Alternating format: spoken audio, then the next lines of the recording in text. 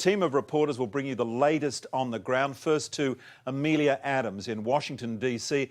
Amelia, protesters and police are still clashing on the doorstep of the White House. Mark, we have just moved one block from the White House, and this is the scene in Washington, D.C. Thousands of protesters who had gathered quite peacefully for the most part at the president's doorstep moved away from that police line, and they've moved down the street, and we are hearing huge flashbangs.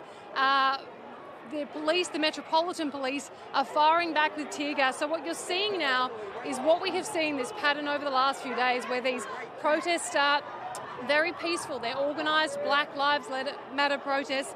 They're asking the authorities here in America to kneel with them in memory of George Floyd and to show them some solidarity and some understanding for the issues that they want changed in this country.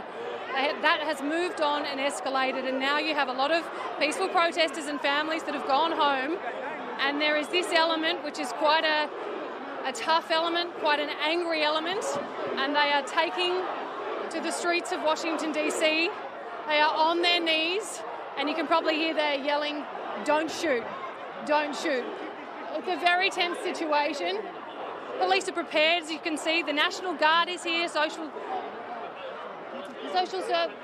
service officers are here, and this is the local DC police. So you've got every agency available. The president is in the White House a block away. He has not addressed the nation. He has tweeted a few moments ago simply saying law and order. Mark? Another flashbang there, Amelia. Amelia, if you can hear me, what's the vibe you're getting off the protesters with the police? Is it largely peaceful, or do you think that it's getting more tense than that? There's two really distinct elements. There's a lovely undercurrent of peaceful protesters here who want to talk about their stories, growing up as black people in this country, the systemic racism which needs to change, and those are powerful messages. Unfortunately, Mark, they're getting drowned out by what you are seeing right now, and those are the protesters who are so angry, and they are motivated to destroy this. Whoa! All right, we're moving back. So police are retaliating with tear gas. Yep, you okay? They are firing rubber bullets. You can see that police officer standing on the car firing rubber bullets into the crowd. The protesters, I've got to point out, they are on their knees. They have their hands up. They are saying, "Don't shoot." They are saying, "Kneel for George." This is the situation as night falls in America's capital. Amelia, who are they firing at? Yes, sorry, we will do. Absolutely, thank you, sir.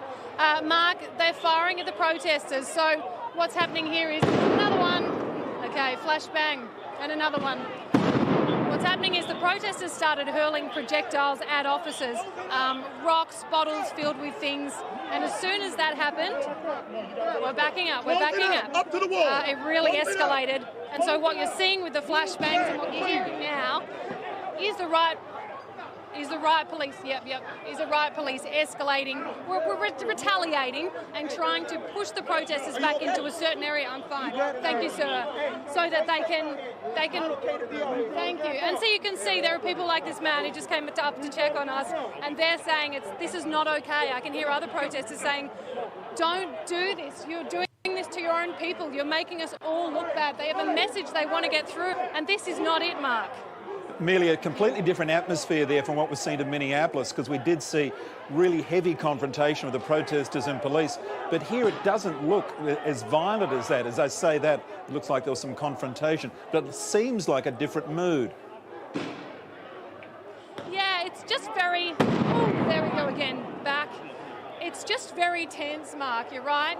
And I think what we will inevitably, unfortunately, see is that as people get hurt here, and they are getting hurt, the mood will change again, and as darkness falls, people get angrier and more violent. And Jesus! All right, down. That was close. Okay, so that was close. I'm just going to move away, and that was tear gas, which I know from experience is very unpleasant. So look, this is going to happen, I think, up and down the streets of DC, because there are protesters here. Nick, stay with me. Who do not want to go home. They're not ready. They're not ready to move on from this protest. They want to stay on their knees in the streets saying, kneel with us for George Floyd. And the officers aren't going to do that. And so this is going to continue to escalate. What are the Behind you. Mills, what are the what are the police actually saying to the protesters? Are they telling them, keep moving, get out of the way, or what? Yeah, so that's what you're hearing. You're hearing move back, and you can probably see there they've got their batons out. They are yelling, move back, and they are pushing them. They did ask, the protesters didn't comply, and now there are projectiles being thrown in both directions. Amelia, give us a sense, how close are you to the White House there? If you were to walk now to the White House, how long would it take? When I started talking to you, Mark, whoa, flashbang. You're okay, thank you, sir. When I started talking to you, Mark, we were 1 block from the President's front door. We're now walked about 3 blocks in that time, down the main street here, H Street, northwest of DC. And this is a beautiful area. I was here 2 months ago as coronavirus shut down this city. It's a gorgeous historic city, as you know. And now a lot of these shop fronts are being vandalised. Now what you're seeing is the police, thank you, sir, the police holding their line. Man has a right to immediate medical attention, man. Okay. All right, someone's down to my left. What's he saying, And Amelia? here we have this pattern again. So someone's down, he needs medical attention. Okay, so Mark, the police are now asking us all to stand back from their line. This guy's been quite badly hurt. Okay. Was he hit? Yeah. What do you Tear think? gas? What do you think happened there, Amelia? What do you Okay. think happened to that person? Was that a rubber bullet? What was he hit with? Does anyone know what he was hurt with? Okay, there we go. There you go, Mark. So the protester that you're seeing was hit by a rubber bullet, and they're extremely painful and extremely dangerous. So that's what the police are trying to use to control this crowd and keep them in position. We've now stopped moving. We've now got about 2 blocks, which is clear. So the police have cleared that 2 blocks, and on the other side is the White House and another huge crowd just like this one. It seems like, Amelia, that they're content to keep the protesters where they've got them now. They seem to have henned them down that end of the street. It looks like they're content with that now. Yeah, and that's exactly what happened here last night. That containment strategy, as you would know, DC is very much on a grid and keeping everyone in certain blocks so that they can contain the situation as best that they can. And even as all of this is happening around me, Mark, I can hear people walking past yelling, stop, don't do this, stop the violence, this is not what we're about. Walk, don't run. Don't let them make us look bad. So this is a real conflicting message that we're seeing right across this country this weekend. And now, well, it'll be the 3rd night here in DC, but the 6th night in other parts of the country. It's very, very sad, really, and it's very confronting. Amelia, that gentleman he's on the phone now, but I was going to ask you to turn around if one of the people there would like to talk to us and give us a sense of why they are there.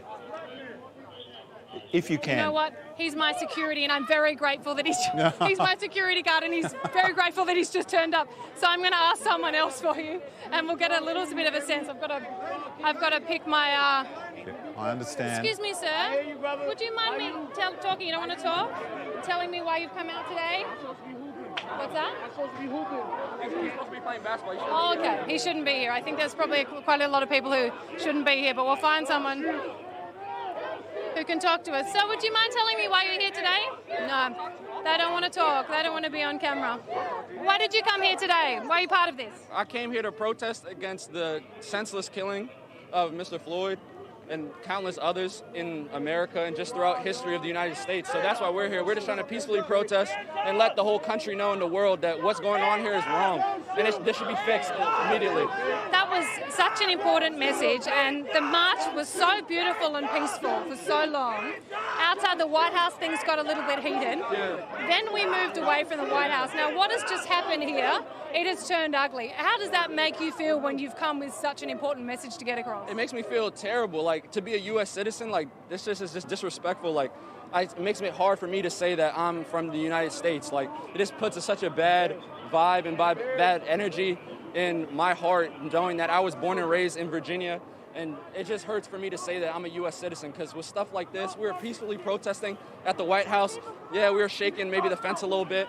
Everyone's a little angry, of course, but no one did anything. They're shooting us with pellets, and then when we leave peacefully, we didn't have to leave the White House. We left, come down the street, and they start throwing like bombs type things to disperse us, and they're shooting from, a guy's jumping up there on the roof and shooting us from above. Like, it's crazy. Like, that stuff doesn't make any sense. We witnessed a moment about an hour ago now. Down. All right. What is that? A firework or something, I don't know. Okay. That's all right. We witnessed about an hour ago a moment where one of the Secret Service officers did kneel in front of the White House. No one else in that line did. What would it have meant, or what would it have changed if that whole line of police that you were chanting, kneel for George, kneel with us, what would have changed had they done that? First off, I didn't see the person kneel, but if they did, that's kudos to them. That's real good. If everyone kneeled in that line, it would honestly feel like it would mean the world to us, honestly. Like, we've been asking them to kneel. I know a lot of them probably think what is going on is wrong. I know not everyone is racist in these cop and police agencies, and I know that a lot of them think what we're doing is correct. They're just following orders. So if more people to start to be more individual in this and start coming together inside the system, they can help us outside, because we're doing everything we can. I just want to ask you very quickly, because we are live on air in Australia, how does this end? What stops this? Because this is night after night now, it's the same pattern, and people are obviously not willing to peacefully protest and go home. I think the only thing that stops this is when we get real reform from the government, local, county, state, national. We need complete change of the judicial system. We need to stop incarcerating so many African American people. We need to stop killing African American people and other minorities. We need a complete 180 of what we have right now. It's going to take a lot, but we're going to be here every day if they don't. So we're here every day. So thank you so much for sharing your perspective and your insights with us, and stay safe. All the best. Thank you. So there you go, Mark, as you just heard. These people are going to be here, he said, every day until something changes. You do get a sense, and I know through history, 1968, 1992, 2020 has brought something different to America. This is an absolutely critical moment, and how it is managed and how this country moves forward here is so important. Amelia, fantastic cross. Stay safe, and we'll be crossing to you throughout the morning. We'll talk to you soon, okay?